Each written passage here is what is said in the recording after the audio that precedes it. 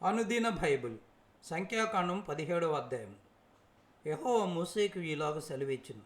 నీవు ఇశ్రాయేలులతో మాట్లాడి వారి యొద్ద ఒక్కొక్క పితరుల కుటుంబమునకు ఒక్కొక్క కర్రగా, అనగా వారి ప్రధానులందరి యొద్ద వారి వారి పితరుల కుటుంబముల చెప్పున 12 కర్రలను తీసుకొని ఎవరి కర్ర మీద వారి పేరు వ్రాయము.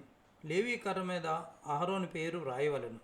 ఏలయనగా పితరుల కుటుంబముల ప్రధానికి ఒక్క కర్రయే ఉండవలెను. నేను మిమ్మును కలుసుకొని ప్రత్యక్షపు గుడారంలోని శాసనముల ఎదుట వాటిని ఉంచవలను. అప్పుడు నేను ఎవని ఏర్పరచుకుందునో వాని కర్ర చిగురించును. ఇశ్రాయేలీయులు మీకు విరోధముగా సనుగుచుండు సనుగులు నాకు వినబడకుండా మాన్పివేయుదును. కాబట్టి మోషే ఇశ్రాయేలీయులతో చెప్పగా వారి ప్రధానులందరూ తమ తమ పితరుల కుటుంబములలో ఒక్కొక్క ప్రధానికి ఒక్కొక్క కర్ర చొప్పున 12 కర్రలను అతనికి ఇచ్చిరి. అహరోను కర్రయు వారి కర్రల మధ్య నుండెను. మోషే వారి కర్రలను సాక్ష్యపు గుడారంలో యెహోవా సన్నిధిని ఉంచెను.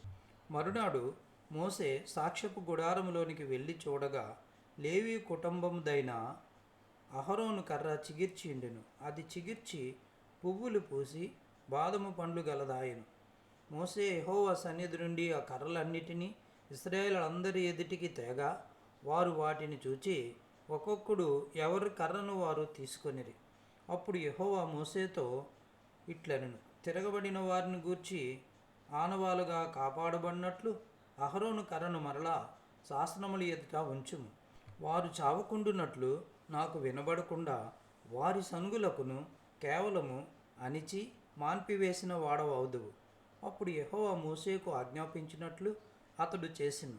అలాగుననే చేసెను. అయితే ఇశ్రాయేలీయులు మోషేతో ఇట్లనిరి, ఇదిగో మా ప్రాణములు పోయినవి, నశించిపోతిమి, మేమందరము నశించిపోతిమి. యెహోవా మందిరమునకు సమీపించి ప్రతివాడును చచ్చును, మేము అందరము సావవలసి ఉన్నదా అని పలికిరి.